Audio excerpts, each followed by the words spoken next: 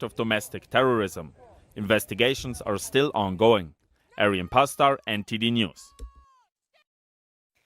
The U.S. is holding active discussions about a purchase of Greenland, according to the White House. Joining us to discuss is Taylor Hathorn, visiting fellow at the Independent Women's Center for American Safety and Security. Taylor, good afternoon. So before we get to the Greenland topic, we just had the press conference. Vice President J.D. Vance sent a message to protesters telling them to not attack the officers. It seems like he's confident that the ICE agent involved in the shooting did it out of self-defense. Can we just get your first reactions to the situation? Yeah, first of all, I would like to say prayers for both the ICE agent and the family of the woman who was shot in self-defense by the ICE agent. It's an incredibly tragic situation, regardless of which way you look at it. But for anyone who watched the vice president's presser, it was an absolute masterclass in explaining the difference between being able to object to a policy that is taking place that you don't agree with and inciting violence against the officials who were sworn in to carry out the policies of the United States and of the administration and the laws that Congress enacts. And so my initial reaction to this is it is a tragedy. It is an avoidable tragedy, but it is a tragedy that this woman inflicted upon herself. It is a tragedy that people who are using this far left rhetoric about attacking ICE agents, including the governor of Minnesota and including the mayor of that area, like this is not rhetoric that we need to have in this country. If you have an issue with policies, then you debate the policy. You protest freely to do so in this great nation about the policy that you disagree with, but you don't attack an ICE agent with your vehicle. Yeah, well said. And what do you think about the AG that is going to look into the fraud that Vice President Vance just announced? I believe this is incredibly necessary. Left, right, center, it doesn't matter. The American people all pay taxes, or I believe most of us pay taxes to live here in this country, and you shouldn't be defrauded in order to with your tax dollars. And so I think this position is going to be incredibly necessary to unroot the corruption. But I think what's crazy is if you listen to any of the conversations that have been happening over the last 4 years about fraud happening in this nation, a lot of people love to say there's no fraud, and just look the other way. And you got to give credit to this administration where credit is due, is that they know that fraud is happening. And whether that fraud is billions and billions of dollars like it was in Minnesota, or whether that fraud is $50, this is still your tax dollars as American citizens. And you should have the expectation that the government that is using your tax dollars, many times 40% of our salaries, that they are being prudent with your money, because it is your money, not their money. And the American people need to be reminded of that. Okay, so Taylor, on Greenland, can we talk about why Greenland is important to U.S. interests? President Trump says right now Greenland is covered with Russian and Chinese ships all over the place. So we know Greenland is at a strategic geographical location. Do you think this is also about China and Russia and their actions, their increasing assertiveness in recent years? Well, the Greenland is definitely an Arctic choke point, right? It is the largest island in the world, and we see the strategic location and importance. Just look at the Golden Dome project that the Department of War is taking on now. You can see from the graphics on the screen just how strategically placed it is in the Western Hemisphere and how important it is when you're looking at the Arctic region. And yes, China and Russia is completely driving this decision. They are becoming very predatory. They are becoming very, very intentional. China stated actually in 2018 that it was part of their Polar Road Initiative, which is an extension of their Belt and Road Initiative into the Arctic, that they were going to try to conquer this region too and get a very strong presence in that region. And so, one of the things that you and I talk about often is that it would be great to live in a utopian society where you don't have to worry about your adversaries and you don't have to worry about any other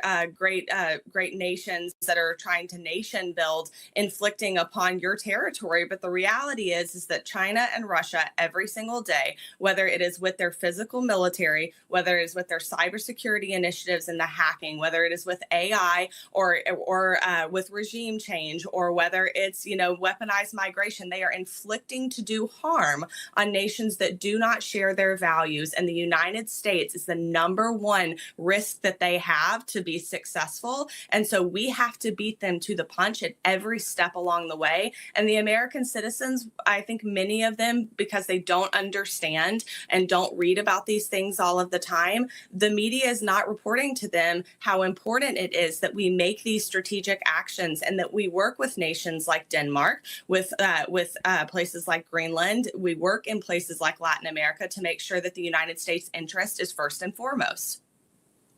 Okay, so you mentioned working with Denmark and Greenland. So Denmark is a close ally, and the U.S. already has bases in Greenland. And, the U.S. can expand presence there as well through new agreements.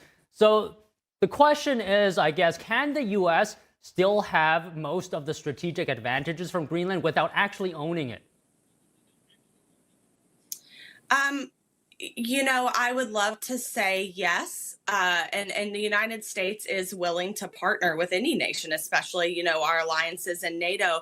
But I think Europe alone has really shown how ineffective they are at governing their own nations. Just look at the weaponized migration that has happened throughout the European Union over the last 10 years. And I think you look at situations like the way they're managing their own nations, and we really want to put the health and safety and security of American citizens inside the hands of Denmark, who really can't even defend themselves without having the United States pay for the entire defense budget for NATO. I don't really know that I trust that. I mean, I would love to work with Denmark in any way possible. Listen, this is a good deal for Denmark. Whatever the president is putting forth for Denmark to purchase Greenland, if that conversation ends up happening, I know that Secretary Rubio is meeting with Denmark next week.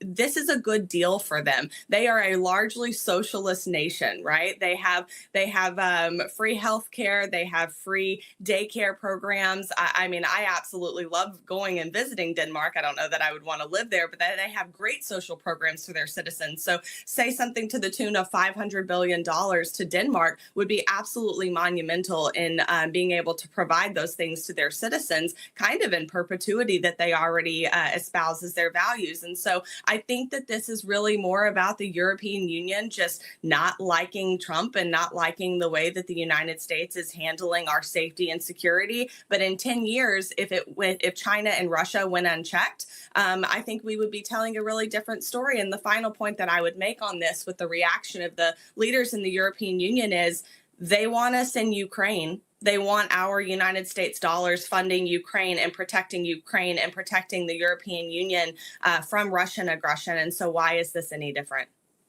Okay, so Taylor, I want to ask you a question on your point that this is a good deal for Denmark. So some U.S. lawmakers are saying when Denmark and Greenland make it clear that Greenland is not for sale, the United States must honor its treaty obligations. Your response to that?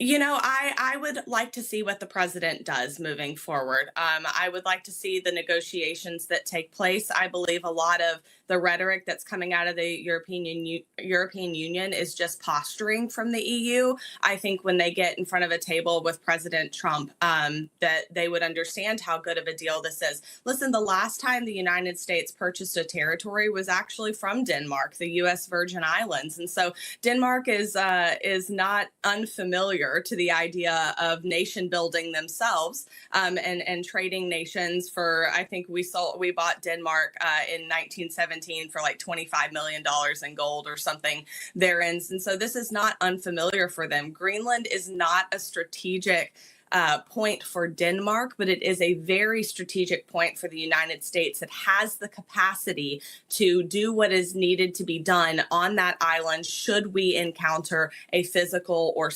continued cyber war with China and Russia. And Denmark knows that. I believe that whatever the president is proposing with them, they will eventually get on board because they understand the role that the United States plays, and not just the safety and security of the United States, but of the entire Western world. Okay, so I also wanted to talk about some options here for acquiring Greenland. I have a clip of Secretary of State Marco Rubio's remarks on using military force. Just take a listen. The president always retained the option. Every president, not this president, every president always retains the option. I'm not talking about Greenland. I'm just talking about globally. If the president identifies a threat to the national security of the United States, every president retains the option to address it through military means. Taylor, so if the military gets involved, what is that going to look like when it comes to Greenland? Well, that would have to, I believe that would have to undergo congressional action. There would be a lot of conversations that needed to happen. But the secretary is completely right. If it is better for the American people and Greenland, the citizens of Greenland want it, why does Denmark have any more claim to it than the United States does? So I think that that's up for the citizens of Greenland to have that discussion amongst themselves. I mean, you saw last year about this time, President Trump President Trump sent a delegation, which included J.D. Vance, Usha Vance, and then Charlie Kirk at the time, to have conversations with the citizens of Greenland to discuss this. So this isn't something that is just out of the blue. This is something that has been in the works for a really long time. And I think the American people just need to wait and see the conversations that happen between the United States, Greenland, and Denmark. Well, all right, Taylor, really appreciate your comments today. Thank you very much for speaking with us. Happy to. The Trump administration has